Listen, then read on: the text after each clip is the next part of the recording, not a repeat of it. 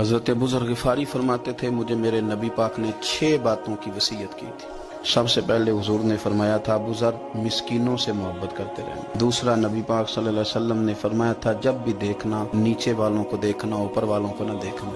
मालदारों जागीरदारों पे तवज्जो न करना, ज़हन खराब हो, नीचे देखना, गरीबों की तरफ तवज्जो रखना। तीसरे नंबर पर नबी पाक सल्लल्लाहु अलैहि वसल्लम ने फरमाया था, हर हाल में हक बात कहना, अगरचे वो कड़वी हो।